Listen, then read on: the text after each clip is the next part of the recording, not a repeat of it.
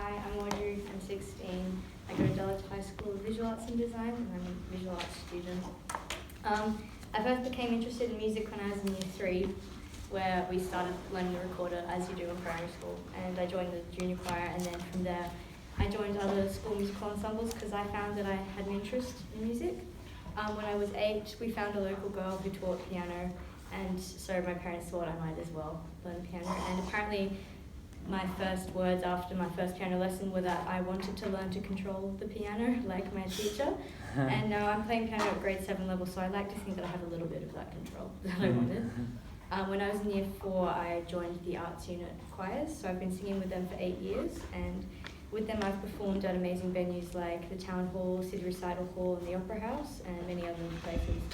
I've been able to sing a range of repertoire with them, and I've learned about kind of internal structure of a piece and complex harmony, which I'm interested in. And I've also been able to work with some amazing conductors like Richard Gill. So in 2016 we did Carmina Burana with him, which was really amazing. When I was 12, I received a really nice digital piano for my birthday, and it had a recording feature on it, and I was like, oh, I can like record stuff that like all these ideas that I had bouncing around my head, I was able to record them. The same year, so year 7, my music teacher heard a very early composition of mine, and she liked it. It wasn't notated because I had not learned how to do that yet. And she put me into contact with Sally Whitwell, the composer, because she thought I should get some composition lessons. And since then, so for 4 years, Sally's been a mentor to me. She helps me to like think through my ideas. Our lessons are primarily made up of conversations, so she gives me references, like things to listen to, helps me discuss the shape of my piece, and the big thing she's helped me with is verbalizing my ideas, because I've in the past had a lot of trouble with transferring thought to my mouth. So yes, in year 9, year 10 I did a music production course at my school, so I learned how to record instruments and how to experiment with electronic music, which I still do as like a little hobby. Last year I joined the Toy Choir, which is like a ukulele vocal songwriting group, which I joined because I wanted to build my solo performance skills and my confidence. And through the group, Danielle O'Keefe, who runs the choir, she's very incredible and supportive of young women in music. She liked my compositions that I showed her, and she asked me to compose a piece for a new immersive visual installation oral experience, which is called SALT. And it was at the Bondi Pavilion in April. This is just a program if anyone wants to look at it. We can't look at that. SALT was about saltwater femininity, and it was inspired by Greek mythology, specifically the story of Echo. And my briefing for the piece was the number 7, E minor, which is apparently a very feminine key, and salt water in the ocean. The way I approached the briefing was I wrote 7 parts. It was in 7/4, and it was in E minor, but it constantly yearned to resolve to C major, so there was that constant kind of shifting and yearning. And the way I approached the story of Echo, which I'm not sure if you're familiar with it, but basically her voice is scattered. And I took the idea of her voice being scattered, and the words in the piece are broken up into first vowels, and then the consonants come in later. So it's kind of the idea of her regaining her voice. I do have a recording it's a teaching track, so it's me singing, so I'm sorry. But I'm not a soprano, so you know, sing behind it. Don't worry about it. And it goes, I don't have to listen to the whole thing, but yeah, it's just that idea of... Is this SALT full track? That's the one. Excellent.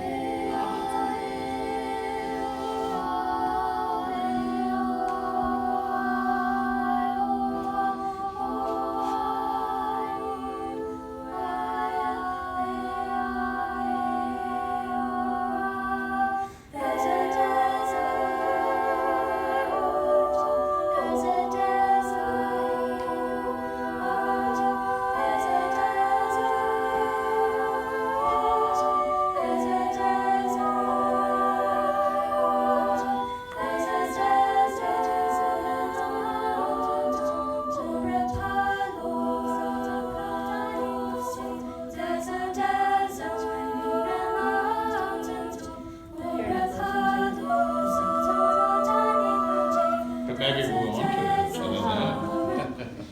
So yeah, there's the idea of like the words, there's a desert or a mountain top, and I broke them into or not like that, but like and then the words came later. Anyway, so I did that last year. and work and inspiration. Original. Okay, so I'm interested in like all kinds of genres of music. I like to listen to like how they differentiate and stuff. My inspiration comes from music I hear. Debussy has been an inspiration of mine for me. I love the colours and pictures that he paints with his compositions. Also, being in choirs for so long has really helped me to develop an understanding of complex harmony, which I said before. I'm always amidst the sound and harmony in choir, amidst the inner workings of the piece. It's taught me that harmony is very important. You know, a piece is not just made up of melody and everything else. Every part is important, has an important role in creating the final sound. For my fanfare, I was very much inspired by the opening movement of Desert Music by Steve Reich. That I liked the shifting, undulating harmonies in the piece. The piece, I think, to me, is very much about, it's an exploration of colour and like tonality and shape, and texture is a very prominent feature in this.